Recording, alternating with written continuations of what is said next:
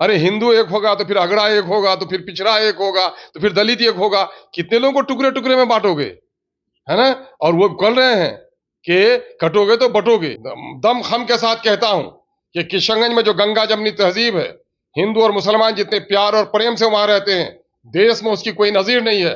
कोई भी दंगाई हो, कोई भी नफरत फैलाना हो, किशनगंज का हिंदू और मुसलमान इतनी मोहब्बत से रहना रहता है वहां पर।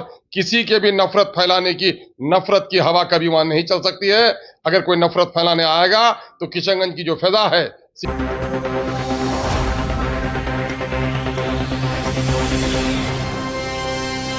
नमस्कार, स्वागत है आपका पीटीएन न्यूज़ में और मैं हूं आपके साथ अनुराधा। एआईएमआईएम के प्रदेश अध्यक्ष और विधायक अख्तरुल ईमान ने गिरिराज सिंह के हिंदू स्वाभिमान यात्रा पर बड़ा बयान दिया है, जिसमें उन्होंने कहा कि अगर बंटवारे के समय सारे मुसलमान पाकिस्तान चले जाते तो आज ये हिंदू का हाल नहीं होता, ये दुर्दशा नहीं होती।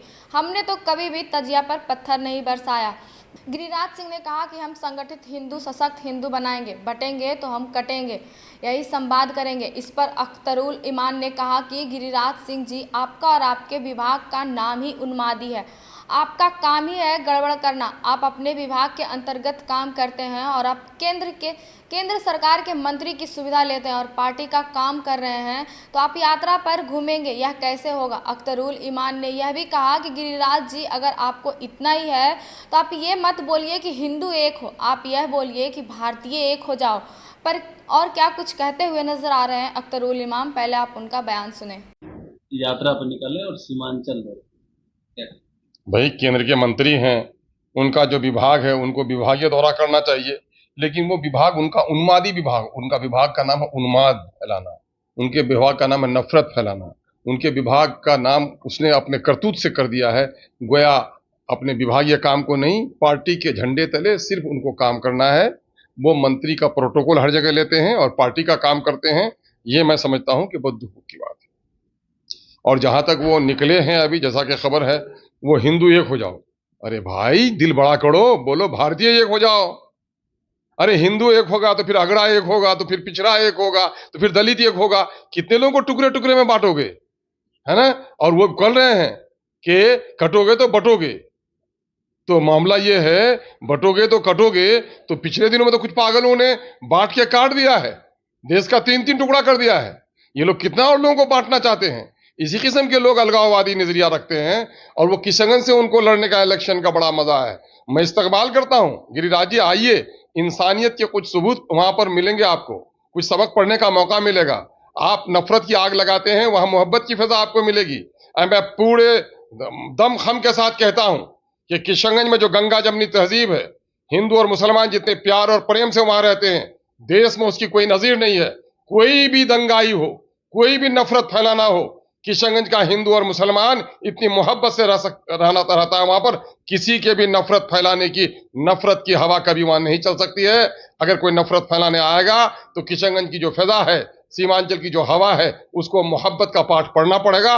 मैं गिरिराज जी को तो दावत देता हूं कि आप आओ।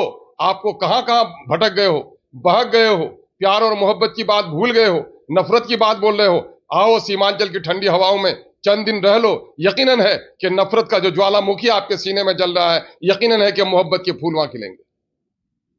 में चुनाव भी है और तमाम जो दल के लोग हैं वो यात्रा कर रहे हैं, कोई सदस्यता अभियान चल रहा है। क्या लग रहा है 25 में क्या परिणाम है? घर में जो लोग सिमटे हुए रहते हैं, वो जब निकलते हैं तो वो यात्रा कहलाता है। लेकिन जो बंजारा हो तो वो तो हर दिन यात्रा में रहता है। तो हम लोग तो बंजारे हैं, हम लोग तो हर दिन सफर में रहते हैं। जो कभी कभी कोठियों से निकलते हैं उनको कहते हैं कि सफर में निकले हैं। हम लोग तो आज बाढ़ पीड़ितों के यहाँ है, कल कटाव पीड़ितों के यहाँ है, आज बिजली का बिल गलत आ रहा है उनके दरमियान में है, किसानों की खेती बर्बाद हो रही है वहां हम चल रहे हैं। एमआईएम के लोग तो हर दिन सफर में हैं। जो लोग थके हुए लोग हैं, जो लोग महलों में रहने वाले लोग हैं, कभी कभार निकलते हैं तो उनके निकलने को आप सफरनामा कह लीजिए। लेकिन जो रातों दिन लोगों के दरमियान में रहते हो, उनको अलग से सफरनामा की कोई जरूरत नहीं। कार्यकर्ता संवाद कर रहे थे इसलिए और 25 में दावा कर रहे हैं कि मामला ये है कि किसको ये फिक्र है कि बिहार का क्या हुआ। हर कोई लड़ रहा है कि बिहार की सत्ता किसके कब्जे में है। ये लोग सत्ता के पुजारी लोग हैं, सत्ता के प्रेमी लोग हैं। आज तो सबसे पहले इनको काम करना चाहिए, बाहर से जो लोग प्रभावित हैं उनकी जाके खबरगिरी करनी चाहिए। जहां अभी बिस्फी के इलाके में लोग हिंदू और मुसलमानों में प्यार और मोहब्बत को खत्म करने की कोशिश कर रहे हैं, वहां जाकर ये आग बुझानी चाहिए। जहां दलितों पर अकलियतों का शोषण हो रहा है, वहां की आवाज उठानी चाहिए। मुसलमानों को 1,95,000 नौकरी से वंचित रखा गया है, उसकी आवाज तो किसी के मुंह से निकलती ही नहीं है। दलितों की 1,11,000 नौकरी तकरीबन चिबा गए, लोग चिबा गए, उस पर तो किसी की जबान खुल ही नहीं रही है। यात्रा करें। गिरिराज सिंह के बयान पर कहा कि अगर आपको शौक है तो आप संगम से चुनाव लड़कर देख लीजिए, आपके यहाँ गंगा जमुना की तहजीब मिलेगी, यहाँ आपको मोहब्बत मिलेगी। केंद्रीय मंत्री गिरिराज सिंह ने 2 दिन पहले ही घोषणा किया था कि हम हिंदू स्वाभिमान यात्रा पर जाएंगे, क्योंकि हिंदू को एकजुट करना जरूरी है। हिंदू बटेगा तो कटेगा, और हिंदुओं को जगाऊंगा और हिंदुओं को संगठित करने की बात कहूँगा। इस पर अख्तरुल इमाम का बयान हमने आपको सुनाया। तो और क्या कुछ कहते हुए नजर आए अख्तरुल इमाम, हमने आपको सुनाया। तो फिलहाल इस खबर में इतना ही। आगे की तमाम खबरों के लिए बने रहें पीटीएन न्यूज़ के साथ। तब तक के लिए वीडियो को लाइक करें, शेयर करें और चैनल को सब्सक्राइब करना ना भूलें।